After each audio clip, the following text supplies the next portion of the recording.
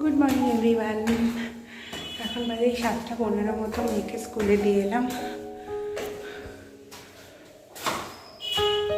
আছে তো যাই হোক, এখন গিয়ে সব বেড লাইনগুলো ক্লিন করি, নিজে ফ্রেশ হই, তারপর আমরা আপনাদের সাথে কথা বলছি। যাই হোক, আজকের ব্লগটা এখান থেকে স্টার্ট করছি। আপনারা দেখতে থাকুন সারাদিন কী হচ্ছে না হচ্ছে। তো চলুন জানলা টানলাগুলো খুলে দিই। কি সুন্দর দেখুন, এই জানলা দিয়ে ভোর 6টা থেকে এখানে এত রোদ্দুর আসে, মানে আমার বিছানাটা পুরো গরম হয়ে যায়। দেখুন এই যে জানলা খুলে দিলাম, বাস এইবার সুন্দর। এই দেখুন আকাশের সানি সানি ওয়েদার, দারুণ রোদ, আর আকাশটা জাস্ট দারুণ অসাধারণ। তো সেই রোদ চলে এসছে আমার বিছানায়। দেখুন কি সুন্দর রোদ পড়ছে না বিছানায়। আমি এখানেও বালিশ টালিশও জানলায় রোদে দিই, মেয়েরও বালিশ তো রোজ রোদে দিই এখানে। আর এই যে রোদটা দেখেছেন, সূর্যটা একদম পুরো মাথার ওপর।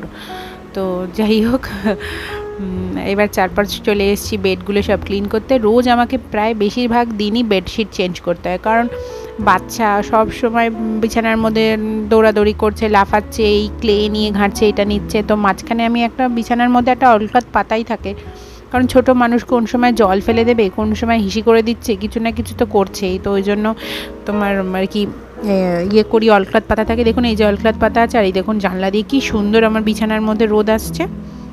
আর এই দেখুন বালিশ টালিশও সব রোদে দিয়ে দিয়েছি। এখানে আজকে আমাদের বাড়িতে আবার পুচুন হিরোইন চলে এসছে, পুচুন সোনা। এই যে দেখুন আবার কেমন চশমা পরে, দিদিভাই সানগ্লাস পরে কেমন হিরোইন সেজে বসে আছে। আর দিদিভাই দেখুন গাল পুরো একদম নাড়িয়ে দিচ্ছে, ঘুরিয়ে দিচ্ছে। বাবা রে বাবা, এরা দুজনে যে সারাদিন কি করে। কেমন কেমন লাগছে? ভালো লাগছে? হ্যাঁ, এরকমই করে। কেমন লাগছে বনুকে? আর এই এক পাগলি দিদি।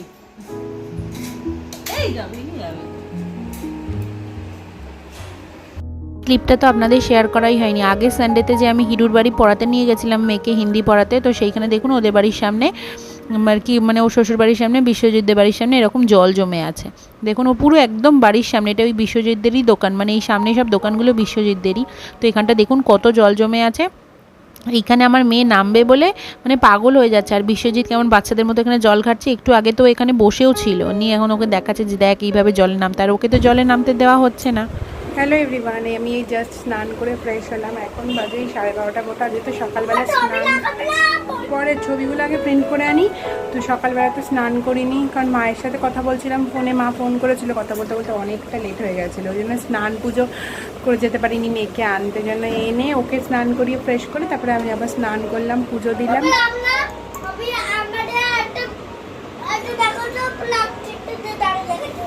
পরে দেখাবে, পরে দেখাবে। কি দেখাবে আবার আপনাদের? দ্বারা আমার বাবার এখানে ছবি লাগাবো আমি ফোনে, ফোনে ছিল না, ছিল না, থাক বাবা, ওর মধ্যে কাঁচ আছে, পরে ছিঁড়ে যাবে। এই যে ফটো ফ্রেমগুলো আমরা সব অনলাইনে নিয়েছে, এর মধ্যে সব ছবি লাগিয়ে দেওয়ালে লাগাবে।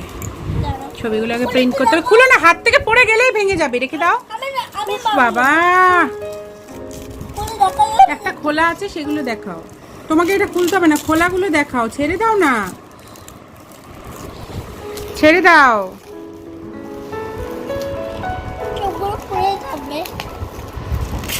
খোলাগুলো দেখাও, দেখো খোলা আছে, ওটা বার করো। না না, এটা 9খানা সেট আছে, এরকম এরকম 9টা আছে, ব্ল্যাক হোয়াইট মিলিয়ে 9খানা আছে। দেখছি, আমি দেখছি, দাঁড়াও দাঁড়াও। এগুলো সব আটকান, ঠিক আছে আমি খুলে দেখাচ্ছি। ছেড়ে দাও, ছেড়ে দাও, আমি একটা খুলে দেখছি। রাখো, হাত থেকে পড়ে গেলে কিন্তু ভেঙে যাবে, বাবা বকবে।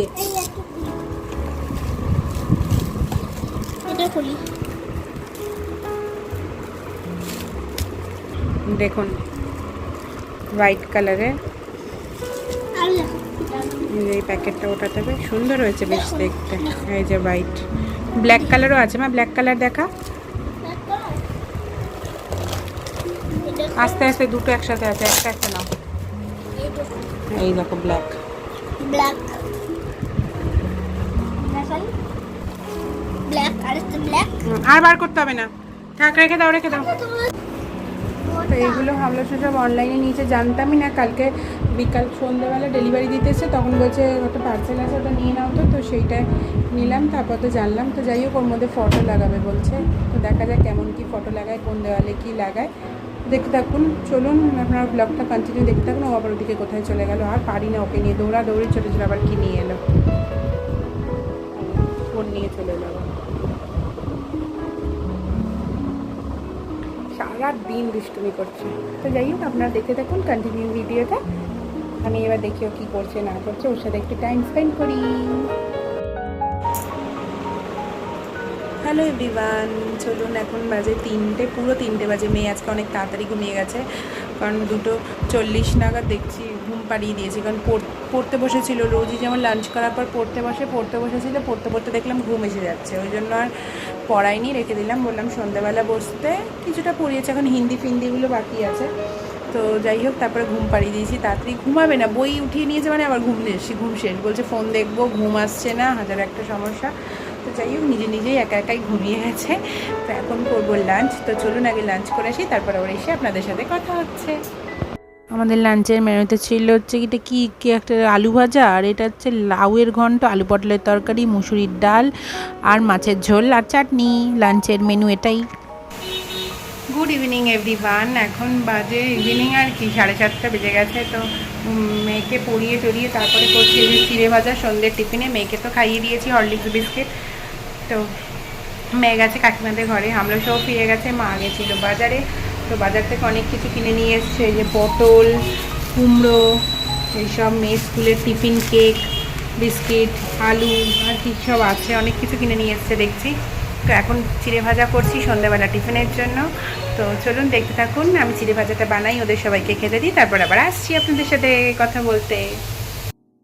সন্ধ্যেবেলার পর মানে চিড়ে ভাজা করে খাওয়া দাওয়া করে একদম সোজা, একদম অনেকক্ষণ পর আপনাদের সাথে দেখা হচ্ছে। একদম ডিনারের মেনুতে চলে এসেছি। আজকে ডিম ভুজিয়া আছে আর রুটি। তো প্রথমে ডিম ভুজিয়া বাড়িতে এরকম চটজলদি একবার করেও খেতে পারেন। একটু কড়াইতে তেল দিয়ে, একটু কাঁচা লঙ্কা কুচি, পেঁয়াজ কুচি দিয়ে, বেশি কিছু দিতেও হবে না, আবার চটপট হয়েও যাবে। পেঁয়াজটাকে একটু হালকা হালকা করে ফ্রাই করে তার মধ্যে আপনাদের পছন্দ মানে কোয়ান্টিটি অনুযায়ী ডিম অ্যাড করবেন। তো আমি এর মধ্যে সামান্য একটু নুনও অ্যাড করে দিলাম, যাতে পেঁয়াজটা একটু তাড়াতাড়ি নরম হয়ে যায়।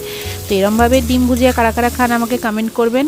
আর এই যে আমি এর মধ্যে 2টো ডিম অ্যাড করে দিচ্ছি, নিয়ে এটাকে ভালো করে একটু মিক্স করে এর মধ্যে দিয়ে দেবো একটুখানি টমেটো সস আর একটু সোয়া সস। আর নুনটা আগে অ্যাড করেছিলাম, আর একটু যদি স্বাদ অনুযায়ী যদি আর একটু নুন লাগে, একটু নুন আর কয়েক দানা চিনি। মানে চিনিটা দিয়ে হচ্ছে আমার এই রান্নার ব্যালেন্সের জন্য। আমার প্রত্যেকটা বেশিরভাগ রান্নাতেই আমার চিনি একটু রান্নায় দেওয়া লাগবেই এরকম। তো ওইভাবেই আর কি ডিমের ভুজিয়া রেডি। তো এখানে যদি একটু ম্যাগি মশলা থাকতো তাহলে অ্যাড করে দিলাম, তাহলে আরও টেস্টি হতো। আমার কাছে ম্যাগি মশলাটা আজকে ছিল না, তাই দিতে পারিনি। এইভাবে একবার আর কি ডিম ভুজিয়া বানিয়ে খাবেন রুটির সাথে, দারুণ লাগবে খেতে। তো এই ডিম ভুজিয়া আমার প্রায় হয়েই গেছে, এবার নামিয়ে দেবো। গরম গরম ডিম ভুজিয়া আর গরম গরম রুটি ডিনারে, আর কি লাগে। এইভাবে একবার ডিম ভুজিয়া ট্রাই করে দেখবেন, খুব ভালো লাগবে, খুব টেস্টি লাগবে। গ্যাসটা কিন্তু আমি কমিয়ে রেখেছি, কারণ যেহেতু সস দিয়েছি না, তলায় লেগে যেতে পারে। এই যে আমার এখানে ডিম ভুজিয়া রেডি। কেমন লাগছে, পুরো টেম্পটিং লাগছে না, একদম দারুণ। মানে মনে হচ্ছে যেন এক্ষুনি খাই। আমার তো ভাই এক্ষুনি মনে হচ্ছে খাই। তো দেখুন কি সুন্দর লাগছে দেখতে। তো চলুন আগে ডিনারটা সেরে নিই, তারপর আবার আসছি। হ্যালো এভরিওয়ান, আমি জাস্ট খেয়ে এলাম। এখন বাজে, দাঁড়ান টাইম দেখে বলছি কটা বাজে, 11:40। তো আমার ডিনার কমপ্লিট হয়ে গেছে, মেয়ে তো ঘুমিয়ে গেছে। এখন যাবো শুতে, ফ্রেশও হয়ে চলে এসেছি একদম। এবার শুয়ে পড়বো, কারণ কাল সকালে আবার মেয়ে স্কুল, কাল আবার বৃহস্পতিবারের পুজো আছে, সব আছে, অনেক চাপের আছে। তো যাই হোক, আজকের ব্লগটা আমি এখানেই শেষ করছি। দেখা হবে কালকে আরেকটি নতুন ব্লগ নিয়ে। আপনাদের তো দেখানোই হয়নি, আমাকে হামলোস একটা সালোয়ার কিনে দিয়েছে আর কি, মানে ওই 3 পিস সেটগুলো হয় না, ওগুলো একটা কিনে দিয়েছে। তো ওগুলো বলেছিলাম দেখাবো করে আর হচ্ছে না। ঠিক টাইম করে একটু দেখিয়ে দেবো, একদিন দেখবেন, সেদিন দেখিয়ে দেবো। দেখা যাক কবে দেখাই। আর যাই হোক, আজকের ব্লগটা আমি এখানেই শেষ করছি। দেখা হবে কালকে আরেকটি নতুন ব্লগ নিয়ে। সবাই ভালো থাকবেন, সুস্থ থাকবেন, সবাইকে ভালো রাখবেন। Tata, bye bye, good night.